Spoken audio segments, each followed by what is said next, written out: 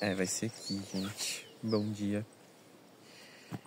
Como a live 3 que a gente tá fazendo do Clube do Livro bugou, decidi fazer um vídeo pra comentar os pontos dessa live.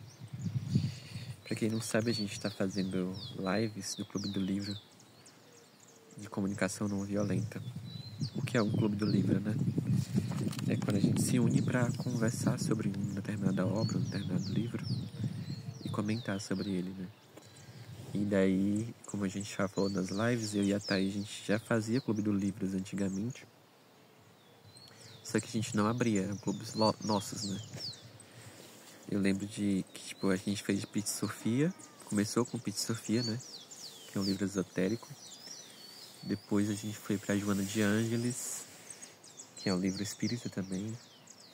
E agora a gente tá na Comunicação Não Violenta, que é um livro mais ligado à psicologia mesmo, né? Por isso que ela me chamou pra fazer essa live no Instagram profissional aberto, né?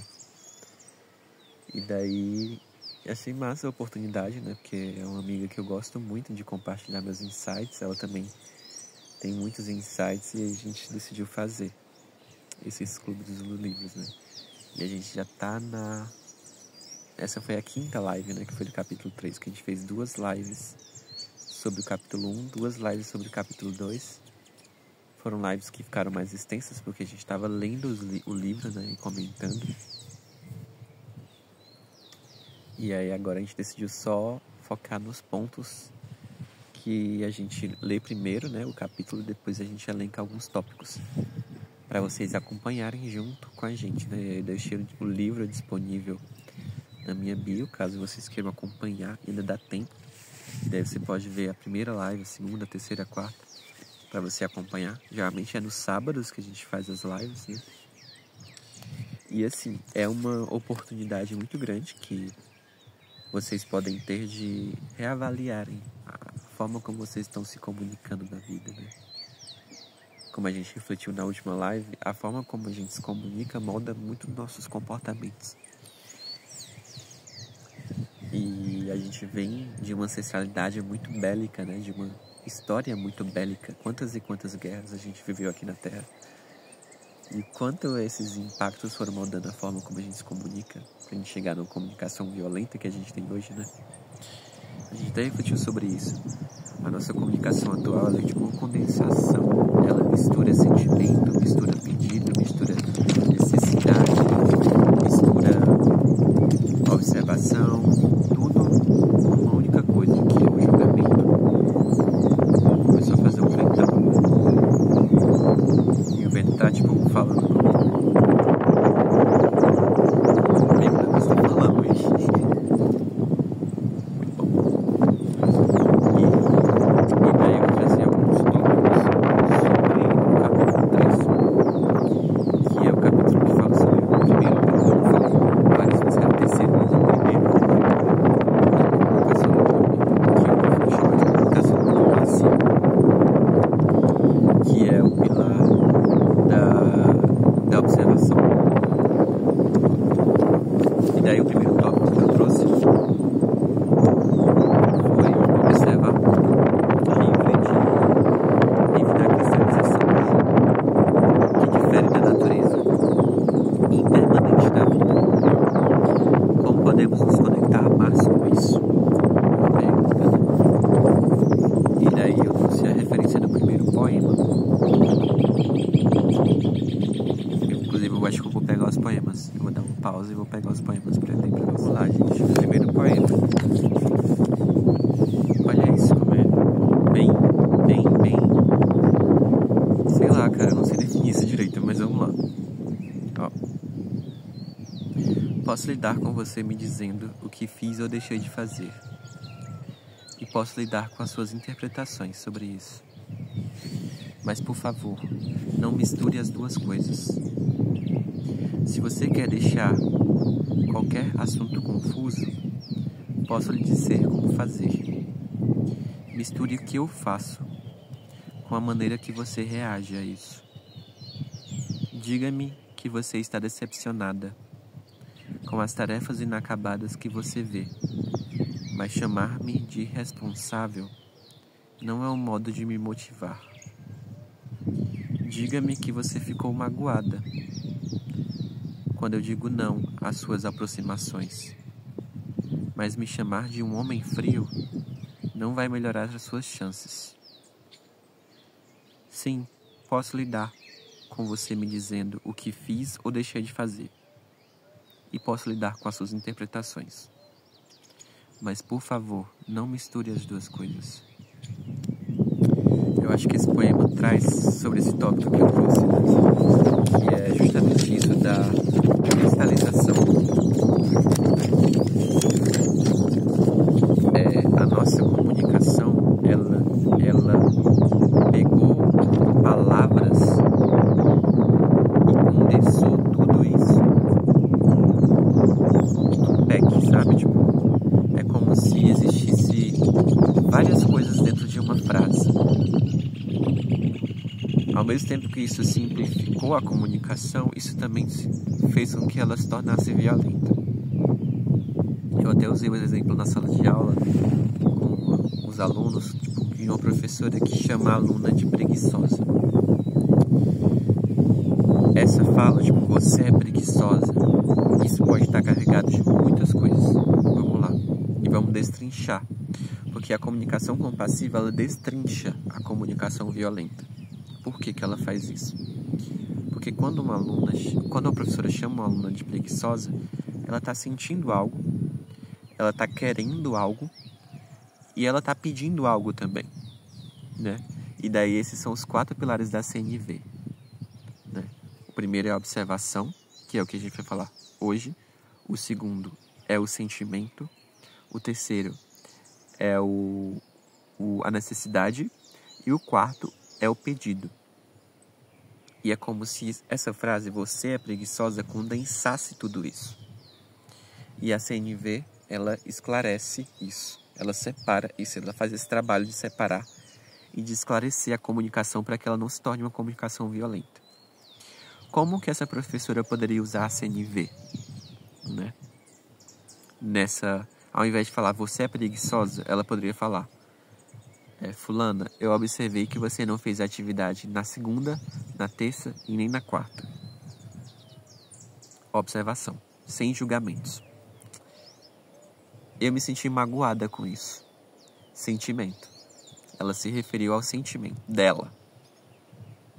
Ou seja, não apontou o dedo. Dela. Qual é o meu sentimento em relação a isso? Porque eu necessito que você esteja mais presente na minha disciplina para que você tire notas boas. Então essa é a necessidade da professora. E necessidade é diferente, né? De você apontar o dedo para outra pessoa, né? E coagir outra pessoa. São coisas diferentes. Eu exponho o meu sentimento e exponho a minha necessidade. E no final ela faz um pedido. Será que você pode estudar mais ou se empenhar mais? E aí daí eu até perguntei para os alunos. Eu em algum momento julguei a aluna. Eu como professor, eu em algum momento julguei a aluna? Não. Eu falei o que eu estava observando, que ela deixou de fazer atividades durante 3 dias. Eu falei sobre o meu sentimento em relação a isso. Eu me senti magoado porque eu queria que ela fizesse atividades. Falei sobre a minha necessidade de querer que ela faça as minhas atividades porque eu quero que ela tenha uma nota. E dei o meu pedido final. Será que você pode se empenhar mais, estudar mais? Então, em nenhum momento eu falei, você é preguiçosa. Você entende como essa frase, né? Você é preguiçosa, condensa todo o sentimento, toda a necessidade, todo o pedido. E a comunicação compassiva, né? Ela faz esse trabalho de separar as coisas. Então, durante o tempo a gente foi criando palavras cristalizadas. Por que cristalizadas? Porque elas tornam as coisas dadas como são, sabe? Que não permite a mudança, que não permite a fluidez. E a vida é eterna mudança, é eterna fluidez. Por isso que a comunicação violenta, que é essa comunicação alienante que a gente falou no capítulo 2, ela é antinatural, ela é antivida, porque ela cristaliza as coisas. Ela faz com que as coisas sejam estáticas, paradas. e ela não permite a mudança. Tipo, quando alguém chama alguém de burro, por exemplo, aquilo fica uma marca, aquilo fica ecoando na cabeça da pessoa que recebe aquilo, sabe?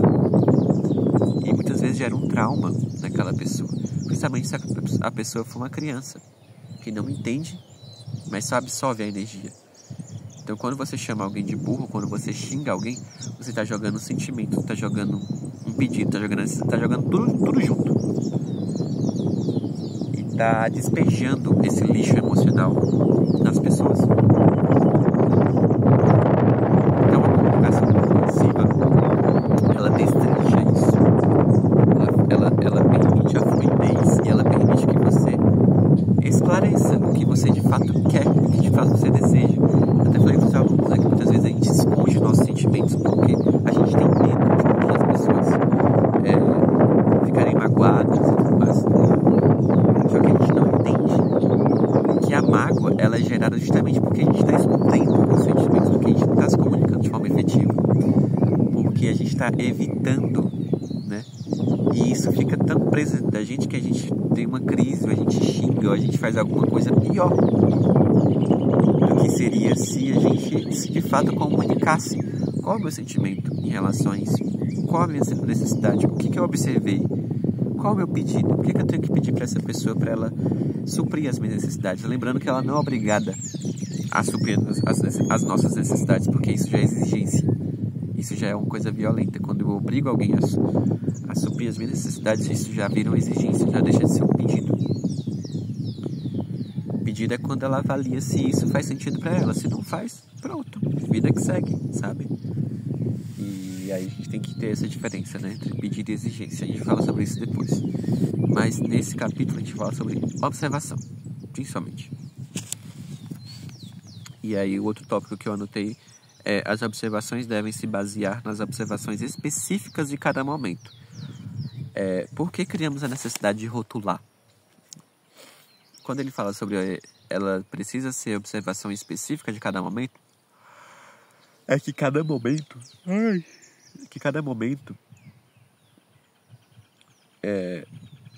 é específico. Não existe uma coisa geral, sabe? Então, tipo, às vezes o que a gente coloca, o que a gente faz é interpretar o que a gente vem observando durante muito tempo num adjetivo ou num advérbio. Vamos lá. Fulano é burro. Por que que eu tô falando que o fulano é burro? Porque durante muito tempo eu observei que o fulano não faz atividade direito, que o fulano não entrega, não copia as atividades, que o fulano não entende uma conta matemática. Então, diante do que eu observei, eu julgo ele de burro. E daí quando ela fala sobre essa questão de observar um momento específico, é sobre a gente falar o que está acontecendo naquele momento. E não generalizar tudo isso e colocar numa palavra, que é o julgamento, que é burro, no caso, né? E é como se a gente tivesse criado essa necessidade de rotular as coisas. E essa rotulação faz com que a gente sempre aponte o dedo para outras pessoas e nunca, de fato, entenda a situação por completo, né? Fora que isso limita aquela pessoa. Porque é como se eu não desse a oportunidade de ela mudar, de ela ser diferente daquilo, entende? Então, quando eu observo sem julgar, eu tô dando a oportunidade de ela rever aquilo que ela tá fazendo e mudar. É diferente de eu falar que ela é burra, porque, tipo, eu só vou xingar. Ela não vai saber por que eu tô chamando ela de burra. Mas quando eu falo que eu tô observando sem o julgamento, porque o julgamento muitas vezes pode ser uma ofensa, pode ser uma crítica, pode ser até um elogio, gente. Até um elogio pode ser danoso pra alguém. Tipo, porque a pessoa veste aquilo, né? Lembrei até, tipo, de uma paciente minha que falou, durante muito tempo, meus pais acharam que eu tinha que tirar nota boa e eu era boa nisso. Então, ela vestiu a capa da boa, sabe? E os pais reforçaram isso. E aí, quando ela errava, ela se sentia muito culpada, porque ela vestiu aquela palavra que os pais reforçaram várias e várias vezes. E daí Aí ela se sentia culpada quando ela errava, porque ela não estava sendo boa naquele momento. E é isso que acontece quando a gente rotula alguém. A gente não dá oportunidade para aquela pessoa mudar, para aquela pessoa fazer diferente, para aquela pessoa, tentar refletir sobre o que ela tá fazendo da vida dela. Ela se veste daquela palavra, e fica ali, sabe? E esse é o perigo de a gente ficar rotulando as pessoas em si. Daí eu botei outro tópico aqui que é sobre a página 52, que tem outro poema que é muito interessante. Expressando as observações, mas não mais os rótulos. Colocamos tudo em um condensado misturado, como eu já falei, que a gente condensou. A comunicação violenta condensa tudo isso, não separa. E a CNV destrincha, ela separa. Isso aqui é observação, isso aqui é necessidade, isso aqui é pedido. E coloca tudo em seu devido lugar. E vamos lá para o poema 2. Olha que poema maravilhoso, gente. Ai, peraí, deixa eu me esticar um pouco. Vamos lá. Vou ler de ladinho mesmo. Nunca vi um homem preguiçoso. Já vi um homem que nunca corria enquanto eu observava. E já vi um homem que às vezes dormia entre o almoço e o jantar. E ficava em casa em dia de chuva. Mas ele não era preguiçoso. Antes que você me chame de louca, pense. Ele era preguiçoso ou apenas fazia coisas que rotulamos de preguiçosas? Nunca vi uma criança burra. Já vi criança que às vezes fazia coisas que eu não compreendia. Ou as fazia de um jeito que eu não planejara. Já vi criança que não conhecia as mesmas coisas que eu. Mas não era uma criança burra. Antes de chamá-la de burra, pense, era uma criança burra ou apenas sabia de coisas diferentes de que eu não sabia? Procurei quanto pude, mas nunca vi um cozinheiro. Já vi alguém que combinava ingredientes que depois comíamos. Uma pessoa que acendia o fogo e cuidava do fogão. Que cozinhava carne. Vi todas essas coisas, mas não vi cozinheiro. Diga-me o que você vê. Você está vendo um cozinheiro ou alguém fazendo coisas que chamamos de cozinhar? O que alguns chamam de preguiçoso, outros chamam de cansado ou tranquilo. O que alguns de nós chamamos de burro, para outros é apenas um saber diferente. Então cheguei à conclusão de que evitaremos toda a confusão se não misturarmos o que podemos ver, as ações, com a nossa opinião, a nossa interpretação sobre aquilo. E por isso mesmo também quero dizer que sei que esta é apenas a minha opinião. Olha que incrível. É isso que a gente fez na nossa comunicação. A gente misturou as duas coisas. O que a gente via e o que a gente interpretava. E a gente definiu isso, né? A um ponto de não permitir que houvesse de fato uma mudança para além daquele rótulo, né?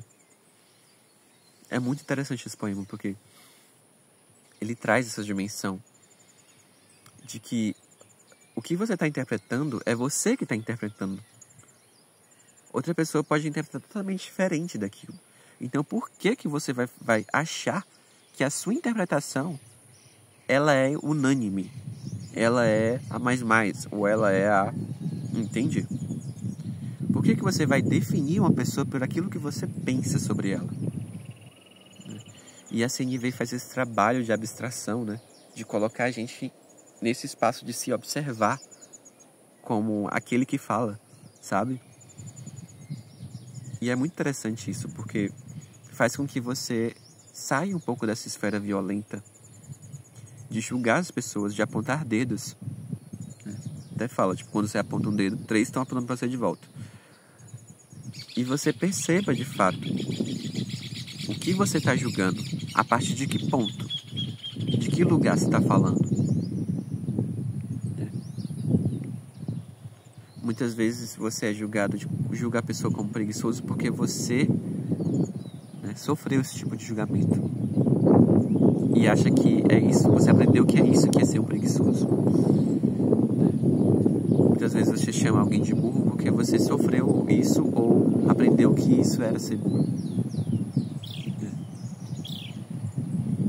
E por que não falar o que eu tô observando ao invés de julgar? Né? Isso é um exercício. A gente tem que entender que a gente criou um hábito ancestral de condensar, de misturar tudo e de julgar as pessoas. E a gente pode desfazer isso, né? Com prática e reflexão, né? E é esse o convite que eu tô fazendo agora para vocês. Para se conectar mais com essa questão da observação e deixar de lado um pouco os julgamentos. Toda vez que você estiver julgando alguém, perceba de que espaço vem esse julgamento. É isso que muitos de nós, seres humanos, não fazemos. Que é esse espaço para processar o que a gente está pensando, o que a gente está sentindo, o que a gente está ecoando. Muitas vezes a gente só deixa a engrenagem rodar, mas não sabe por que ela está rodando, entende? Só deixa as coisas acontecerem, mas não reflete sobre aquilo que a gente está fazendo, executando. Eu comecei essa atividade aqui com o pessoal da escola, contando a respiração deles. E daí, surgiram várias pessoas, assim, respirando de forma... Em 1 minuto eu contava a respiração, ciclos de respiração. Surgiram várias pessoas respirando de forma, assim, bem rápida. E eu falei, olha, gente, quando a gente tem uma respiração mais rápida, a gente não está permitindo ter esse espaço de processar as emoções, de processar os sentimentos. A gente só está reagindo o tempo todo, reagindo. E não está permitindo o espaço de processar. E isso não é por acaso. A nossa sociedade ainda hoje não dá espaço para processar as coisas. A gente tem que fazer isso como ser humano. Processar as coisas que chegam na gente. Não só jogar e reproduzir, mas vamos tentar sentir o que está acontecendo aqui dentro, acolher isso aqui tudo, perceber de onde vem isso tudo e integrar melhor isso. Vamos lá. Todos os rótulos limitam a nossa percepção. Então, a partir do momento que você rotula, você está limitando aquela pessoa ou aquele ser. A partir do momento que você se rotula também, você também está se limitando. Então, todos os rótulos limitam essa nossa percepção. Outro tópico, né? Qual o comportamento que aquele ser está fazendo que entra em conflito com a sua necessidade?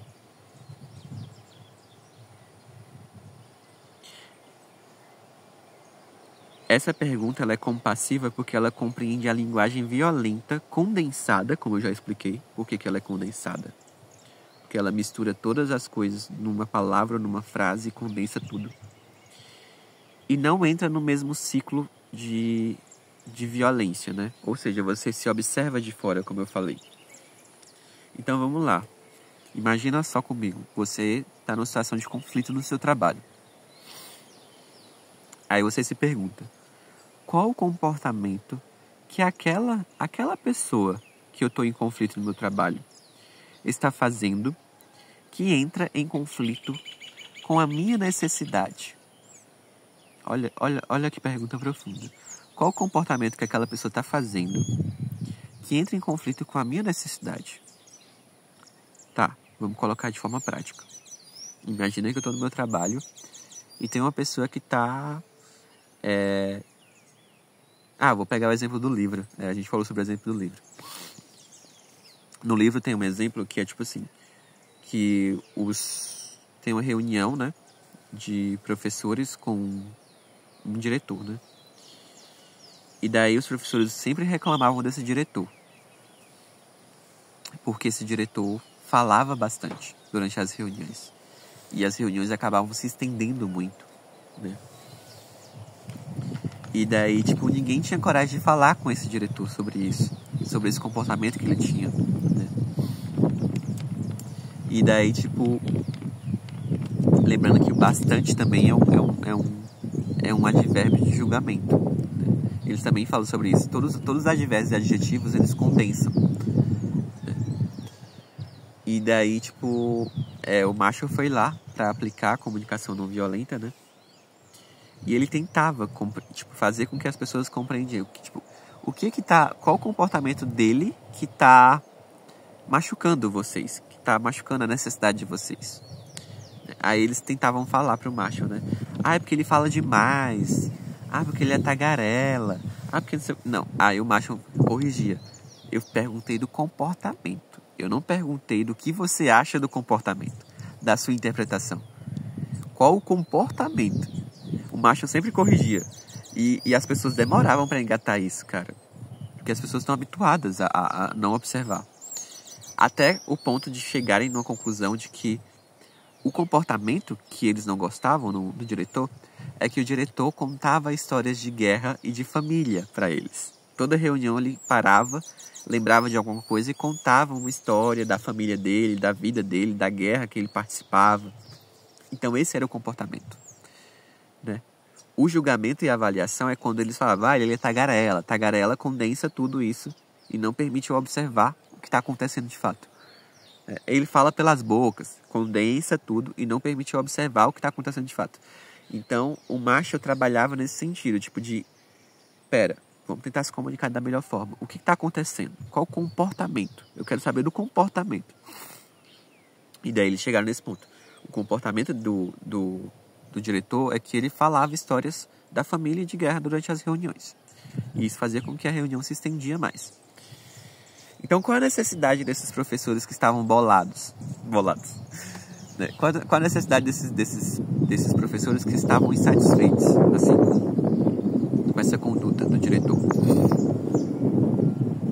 A necessidade é de que tipo, a reunião acabasse logo, ou que o diretor fosse objetivo nas palavras, né? Fosse pontual. E daí, identificado o comportamento, identificado a necessidade, o Marshall foi para mediação de conflitos, né? E daí, é isso que eu tô tentando tipo, fazer com que vocês compreendam.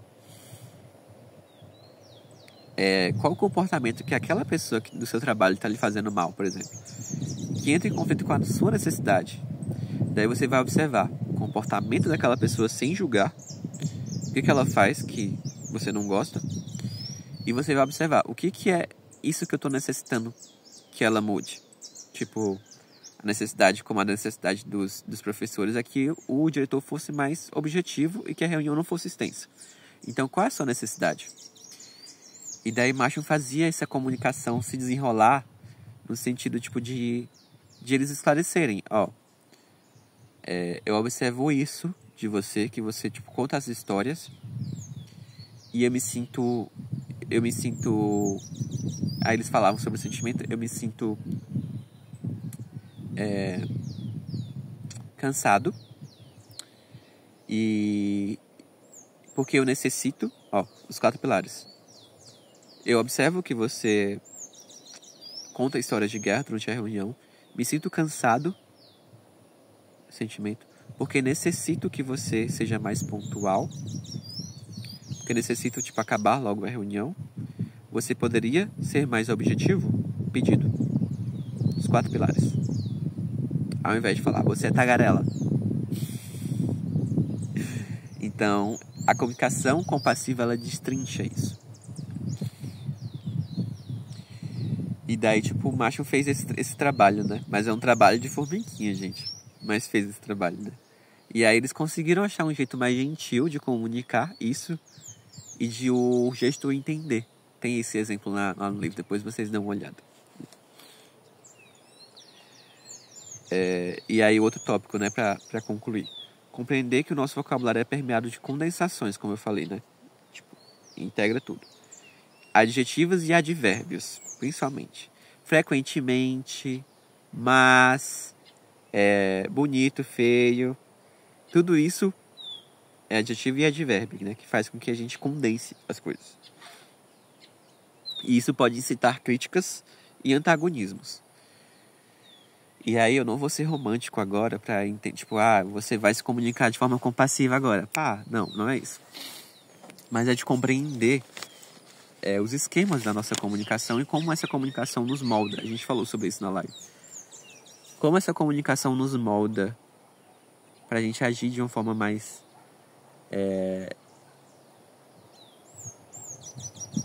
de uma forma mais, tipo, agressiva, de certa forma, né? E a gente tem que tomar muito cuidado com isso. Muito cuidado mesmo, assim. E procurar se habituar a se comunicar de forma mais tranquila, né? Porque trabalhando essa comunicação compassiva, a gente gera mais conexão com as pessoas. Diferente de quando a gente julga as pessoas. Porque quanto mais a gente julga as pessoas, mais elas querem se afastar da gente. E mais elas julgam a gente de volta. A comunicação compassiva, ela cria conexão entre as pessoas. Ela cria uma amorosidade, uma compaixão de entender que o outro ainda não consegue se comunicar da melhor forma, porque ele foi criado dessa forma, entende? Esse é o gap, é o ponto de virada, quando a gente compreende que tá todo mundo se comunicando de forma violenta. Todos. E se a gente começa a se comunicar de forma mais compassiva, a gente chama de cenário, porque a gente passa a se conectar mais com as pessoas. A partir de mim, a partir do que eu faço, a partir da forma como eu me comunico. Olha que presente é a comunicação não violenta, cara. É um presente. É um presente que, se você se habitua com esse presente, se você coloca ele em prática, isso vai mudar toda a tua vida. Toda a tua vida. Eu queria muito que isso fosse ensinado nas escolas, sabe? A compaixão, a comunicação compassiva. Nossa, seria uma revolução gigantesca se as pessoas desde cedo aprendessem isso aqui. Seria incrível. E daí tem umas páginas aqui que eu anotei, só que não tem como eu pegar porque eu não trouxe o Kindle, né? Mas tem essas páginas, eles falam um diálogo, né? Em que a comunicação não violenta é aplicada. Quem sabe eu posso trazer no outra live, né? Mas durante o livro eles têm vários diálogos sobre essa aplicação da comunicação não violenta. É interessante, tem uma parte do livro, tá na minha bio o livro, tá? Pra quem você queira ler. Que ele tá numa palestra e alguém chama ele de arrogante. E ele começa a destrinchar isso. Quando ele fala destrinchar, ele desmembrar. Perceber qual é a observação dessa pessoa, qual é o sentimento, qual é a necessidade e qual é o pedido. A partir dessa condensação, de chamar ele de arrogante. E aí ele foi destrinchando, até a pessoa ficar aliviada. A pessoa fica aliviada porque ela entende o que ela estava sentindo naquele momento de ter falado aquilo. E por que ela falou aquilo. Então a comunicação compassiva, ela faz com que a gente se compreenda. Mergulhe dentro de si e pare de só reagir às coisas. Olha que incrível. Olha o quanto de autoconhecimento tem nessa ferramenta. Então é isso, gente. Eu incentivo que vocês busquem isso, pratiquem isso, porque muda a nossa vida. A gente se sente mais... Não sei nem como falar, sabe? Tipo, tá mudando a minha vida. Estudar isso aqui tá mudando a minha vida. E colocar em prática tá mudando ainda mais, sabe? Lembrando que não é da noite pro dia. Que a gente pode se acolher nesse processo também. Que vai ter dias que eu vou falar de forma violenta, né? Mas eu vou continuar tentando até isso se tornar um hábito. E essa é a graça da vida. Nós seres humanos somos seres habituais. Tudo que a gente faz com muita frequência se torna um hábito. Então você também pode ter hábitos saudáveis, a partir do momento que você se propõe a fazer algo saudável e a continuar persistindo nisso. E é isso que eu incentivo. E é isso que minha página aqui no Instagram vai incentivar, sabe? Mais seres humanos saudáveis que se conectam com ferramentas incríveis, como a CNV é uma ferramenta incrível. E que mudam não só as suas vidas, principalmente as suas vidas, mas não só. Que mudam através do exemplo, que impactam a vida de outras pessoas. E um beijo, gente. Essa foi os meus tópicos. Acho que deu uns 35 minutos por aí. E gratidão por você estar aqui comigo. Gratidão por tudo. Gratidão. Gratidão. Gratidão. E gratidão.